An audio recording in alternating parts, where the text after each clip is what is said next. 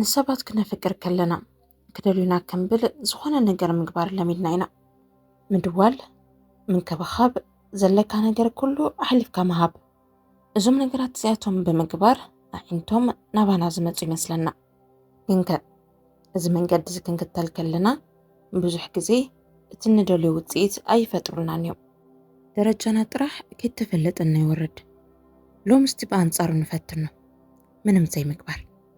ምንም ዘይምግባር ማለት ካብቲ ዘፍቅርካዮ ሰብ ዓለም ጠቕሊልካ ምጥፋእ ማለት ኣይኮነን እቲ ትኽክለኛ ትርጉም ምንም ዘይምግባር ካብ ጭንቂ ልዕሊ መጠን ካብ ምሕሳብ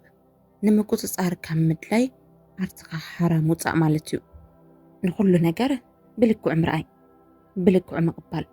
ብልክዕ ድማ ምሃብ ዝተፈለየ ፃዕሪ ምሃብ ደው ምባል ስሕበት ፃዕሪ ምግባር ደው ክተብል ከለኻ ጥራሕ ዝግለፅ እዩ ሓደ ንስኻ ፃዕሪ ደው ኣብ ዘበልካሉ ናታ ኣእምሮ ምስራሕ ይጅምር ኩሉ ግዜ ክትድውለላ ከለኻ ክትፅሕፈላ ከለኻ ንምርኻብ እቲ ሓሳብ ካባኻ ጥራሕ ክወፅእ ከሉ ናይ ክልቴኹም ናይ ጉልበት ስራሕ በይንኻ ኢኻ ትሰርሕ ዘለኻ እዚ ማለት ንሳ ብዛዕባ ከይትሓስብን ፍቕርኹም ንክቕፅል ኢላ ትጭነቆ ነገር የለን ኣብ ፍቕርኹም ኢዳ ይትሓውስን እያ ንሽሙ ብሓደ ዘፍቅራ ወዲ ህይወት ኣይመራሕ ከም ዘሎ ጥራሕ ኣፀቢቓ ትፈልጥ ኣይትግረምን ዋላ እውን ኣይትናፍቕን ብዘይ እዚኣቶም ድማ ክትሰሓብ ኣይትኽእልን እያ ስሕበት ተዘይሃልዩ ድማ ብዛዕባኻ ክትሓስብ ፍፁም ከይትፅብቕ እዞም ተግባራት እዚኣቶም ምትግባር ደው ኣብ ዘበልካሉ እዋን ግን እቲ ዓሪፉ ዝነበረ ኣእምሮኣ ሕዚ ናብ ስራሕ ምእታው ይጅምር ዝለመደቶ ነገር ኣሎ የፍቅረኒ እዩ ይደልየኒ እዩ ነዚ ድማ ደድሕረይ ኮለል ዝብል ዘሎ ዝብል እምነታ ምሽርራፍ ክጅምር ከሉ ንነብሳ ምጥርጣር ትጅምር ከም ቀደማ የፍቅረንን ወይስ ሓድሽ ኣማራፂ ረኺቡ ገዲፍኒ ክኸይድ ደልዩ ብድሕሪኡ እንታይ ክኸውን ዝብሉ ሕቶታት ኣብ ኣእምሮኣ ምፍጣር ክጅምሩ ከለው እንከይፈተወት ናባኻ ክትሰሓብ ትጅምር ፍቕራ ድማ ትገልፀልካ እዚ እትደልዩ ካብ መፃምደይ ክረኽበለኒ ኢልካ እትብህጎ ምንፋቕ ፍቕራ ክትገልፀልካ ምድላይ ሕዚ ንስኻ ፃዕሪ ደው ኣብ ዘበልካሉ እዋን ብኣግባቡን ብልክዑን ክመፁ ክትሪኦም ትጅምር ካልኣይ ምብርህራህ ደው ኣብ ዘበልካሉ ዘይትግመት ትኸውን ብዙሓት ኣወዳት ግልፅነት ምቅርራብ ይፈጥር እዩ ኢሎም እዮም ዝኣምኑ በዚ ድማ ኩሉ ነገር የብራህርሁ ውሽጦም ስለ ዝገለፁ መንነቶም ብዘይ ዓቐነታ ጓል ኣንስተይቲ ስለ ዘቕረቡ ብኡ ኣቢሎም ፍቕሮም ዝገልፁ ይመስሎም ብኡ ልክዕ ተኣምኖም እዩ ዝመስሎም ከየስተውዓልዎ ዝሓልፍዎ ነገር ግን እታ ጓል ኩሉ ነገር ክትግምት ብኩሉ ነገር ንከይትድነቕ እናደፍእዋ እናገደድዋ ከም ዝኾኑ መብዛሕትኦም የስተውዕልወን ትግመት ወዲ እንተኮይንካ ንስሕበት ትቐትሎ ሙሉእ ብሙሉእ እትግምተካ ወዲ እንተኮይንካ ድማ ብዛዕባኻ ምሕሳብ ደው ተብል ኣይትናፍቐካን ክትረኽበካ ኣይትደልን ዝፈለጠቱ ኦሮማይ ዝሸምደደቶ ነገር ኢኻ እዚ ድማ ተፈጥራዊ ባህርና እዩ ውሽጥና ሕቶ ምልክት እንድሕር ደኣ ዘይተፈጢሩ ኮይኑ ናብ ሓደ ነገር ፍፁም ኣይንሰሓብን ኢና እቲ ሕዚ ዝናፍቐካ ዘሎ ፍቕራ ስምዒታ ወይ እውን ካብታ ጓል ኣንስተይቲ ብፆታኣ ምክንያት ክትረኽቦ ዝግበአካ ነገር ዝናፍቐካ ዘሎ ድማ እዚ ነገር ብትዕግስቲ ክቕፅል ብዘይምግባርካ ጥራሕ እዩ ውሽጥኻ ትገልፅ ደው ኢላ ትልካ ዘየልዕልካዮ ስልኪ እንድሕር ደኣ ሃልዩ ኮይኑ ዝተወሰነ ምክንያታት ኢኹምካ ትዛረባ ከይትስእና ስለ ትፈርሕ ልዕሊ መጠን ውሽጥኻ ተብራህረ ከይትስእና ከም ትፈርሕ ግልፂ ትገብሮ ኣብ ሂወትካ ምህላዋ ዓብዩ ቫልዩ ከም ትህቦ ቫልዩ ጥራሕ ዘይኮነሲ ሓቢርኩም ተዘይቐፂልኩም እውን ኣብ ሂወትካ ዓብዪ ዕግርግር ከም ዝፍጠር ዝህቡ ምልክታት ተርያ ነዚ ድማ ብዓርሳ ምትእምማን ጥራሕ ዘይኮነስ ንዓኻ ኢላ ሓቢራትካ ትቐፅል ከም ዘለና ተሰማዓን ክኸይድ ትገብራ መን እዩ እዚ ስልከይ ዘየልዕል መን እዩ እዚ ከምዚ ገይሩ ዘይዛርበኒ መን እዩ እዚ ዝግበአኒ ነገር ዘይገብረለይ ናብ ዝብል ንዕቐት ንዘለዎም ኣተሓሳስባታት ዓርሳ ንኽትገልፅ ተገድዳ መልስታትካ ዝተወሰኑን ውሕዳት ክኾኑ ከለውኻ ዋላ ካባኻ ተፈልያ ብዛዕባኻ ትሓስብ ኣእምሮኻ ብዛዕባኻ ተፀሚዱ ይውዕል ከም ፀዋታ ወይ ድማ ከም ህልኽ እትሕዞ ዘይኮነስ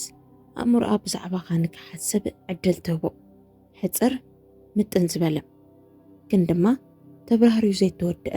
ዓብዪ ሓሳብ ኣእምሮ ኣለዎ ንዚ ክትትንትን ክትርዳእ ክትብል ድማ ናባኻ ትሰሓበሉ ዕድል ብዓብዩ ይኽፈት ሳልሳይ መረጋገፂ ምሕታት ደው ክተብል ከለኻ ወሃቢት ትኸውን ሰነፍ ወዲ ብዓርሶ ይተኣማመንን እዩ እተፍቅሮ ጓል ኣንስተይቲ ብሂወቱ ኸላ ብተርእዮ ፍቕሪ ምጥርጣር ይጅምር ተግባራ ጥራሕ እኹል ኣይኮነን ወትሩ ከም መልሓሳ ምስክር ይደሊ ንነብሶ ይኣምንን እዩ ኩሉ ግዜ ተፍቅርኒ ዶ ፍቕሪ ከይገለጽክለይን እስቲ ሎሚ ብፍቕሪ ተዛረብኒ እዞም ሕቶታት እዚኣቶም መረጋገፂ ደሊኻ ናብ ጓል ኣንስተይቲ ክትቐርቦም ከለኻ ተግባራታ እናተቐየሩ ይመፁ ንዓኻ ንክትእምን ወይ እውን ተፍቅረኒ እያ ኢልካ ንክትሓስብ ጥራሕ ዝተፈላለዩ ናይ ፍቕሪ ቃላት ትዛረበካ ተግባራታ ግን ቀስ ብቐስ ካብቲ ፍቕራዊ ዓለም ናወፀ ይኸይድ ሓደ ሰብ ብተደጋጋሚ ዝቐርበሉ ሕቶ እንድሕር ደኣ ሃልዩ ኮይኑ ናተሰላቸው ይኸይድ ኣብ መንጎኹም ተገዲዱ ዝተሃነፀ ፍቕሪ ከም ዘሎ እዩ ዝሓስብ ሕዚ እውን ናታ ፍቕሪ ንዓኻ ዓብዪ ነገር ከም ዝኾነ ምሕሳብ ትጅምር እቲ ተግባራ ሂወታ ዘይኮነስ ካብ መልሓሳ ዝወፁ ዝተወሰኑ ቃላት ጥራሕ ንዓኻ ዓብዪ ውዕልታ ከም ዝኾኑ ናተረኣያ ይመፅም እዞም ዘይረብሑ ቃላት ምስማዕ ደው ክተብል ከለኻ ነዞም ዘይረብሑ ቃላት ምልማን ደው ክተብል ከለኻ እዞም ሕቶታት እዚኣቶም ካብ ኣፍካ ምውፃእ ከቋርፁ ከለዉ ግን ንከይፈተወት ብተግባር ምርኣይ ትጅምር ብቃል ዘይተገለጸ ነገር ብተግባር ይዝረአን ሕቶ ይተሓተን ተግባራ ግን ፍቕሪ ከም ዝኾነ ምርኣይ ትጅምር ከም ቀደማይ ትግደስን ፍቕራ ትግለጽ ኣይትግለጽ ትደውል ኣይትደውል ልስልስቲ ትኹን ትርርቲ ምንም ትኹረት ዘይትብ ክትከውን ከለኻ ከም ቀደም ንክትሓታ ከም ቀደም ውሽጥኻ ትሕት ንክትብል ውሽጥኻ ንክስዓር ክትብል 10 ግዜ ትድውል 10 ግዜ ከም ዝናፍቐት ኣክት ትገብር ፍቕራ ሕዚ እውን ኣብ ሂወትካ ገዳሲ ምዃኑ ንምርግጋጽ ክትብል ዝተፈላለዩ ድራማታት ትጅምር እዚ እዩ ናይ ስሕበት ሕጊ ንስኻ ስቕ ክትብል ከለኻ ሰባት ናባኻ ምልጣፍ ይጅምሩ እቲ ትደልዮ ሾው ምግባር ክተቋርጽ ከለኻ ሰባት ድሌቶም ምርኣይ ይጅምሩ ውሽጥኻ ክጅግን ከሎ ሰባት ኣብ ቅድሜኻ ምንብርካኽ ይጅምሩ ራብዓይ ንስቕታ ምፍራሕ ደው ክትብል ከለኻ ዋጋኻ ይኽበር ሓደ ሰባት ንስቕታ ኣዝዮም እዮም ዝፈርሕዎ ልዕሊ መጠን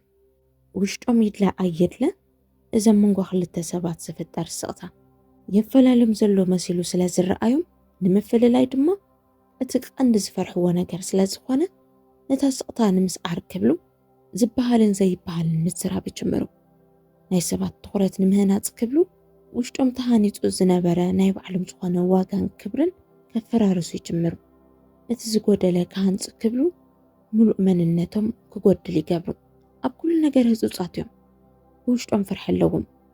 እዚ ፍርሒ እዚ ድማ እቲ መጻኢኦም ብሩህ ንከይኸውን ይገብር ስቕታ ንምስዓር ክትብል እትዛረቦም ነገራት ብምሉኦም ኣብ ቅድሚ ሰባት ዋጋ ይብሎምን እዮም ክትዛረቡ ዝግብአካ ነገር ጥራሕ ተዛረብ ክትተግብሮ ዝግብአካ ተግባር ጥራሕ ድማ ተግበር ሰባት በቲ እትገብሮ ዘለኻ ወይ ትዛረቦ ዘለኻ ነገር ተሳሒቦም ክመፁ ተዘይኽኢሎም ስቕታ ንምስዓር ክትብል ወይ እውን ዝጎደለ ነገር ክትመልእ ክትብል ብትገብሮ ነገር ንዕቐትካ ምቕማጥ ሓሊፎም ዋላ ሓደ ዘምፅዎ ነገር የለን 2-3 መዓልቲ ሶምን 2 ሶምን ኢግኖር ክትገብረካ ኸላ እንታይ ትገብር ከም ዘላ ኣጸቢቓ ትፈልጥ እያ ኣብ መንጎኹም ምፍልላይ ከስዕብ ከም ዝኽእል ሕዚ እውን ኩሉ ነገር ርኡ እዩ ኩሉ ነገር ትፈልጡ እያ ዝመፀምፃ ኢላ ዝወሰነቶ ውሳነ ንስኻ ክተስተኻኽሎ ይትኽእለን እንተፈቲንካ ድማ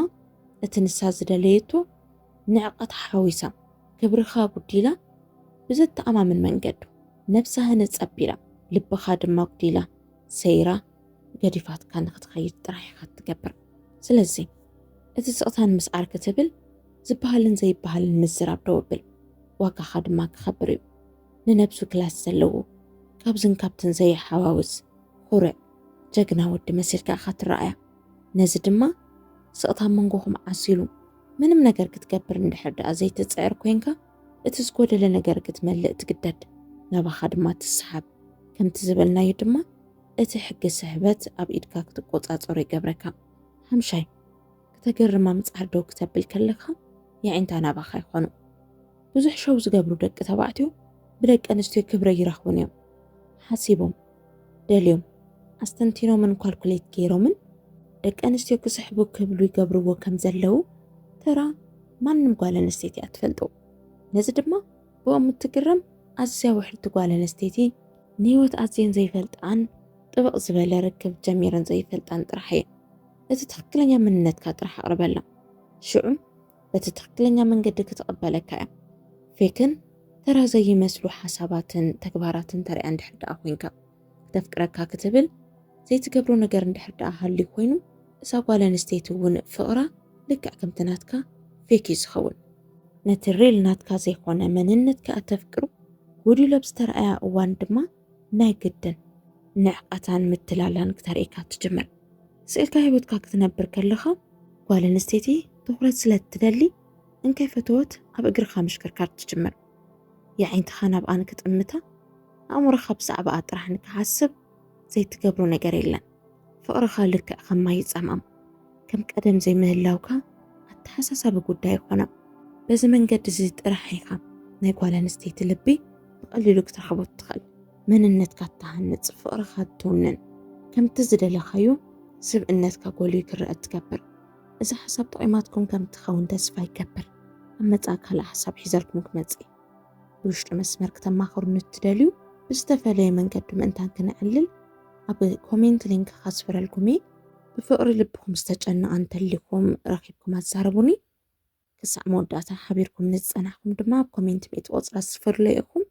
እዛ ቻናለይ ሰብስክራይብ ብምግባር እዛ ቪድዮ ናብ ካልእ ተበጻሕነት ምእንታን ክህልዋ እውን ላይክ ግበር ኢኹም ኣብ መጻኢ ክሳዕ ንራኸብ ሰላም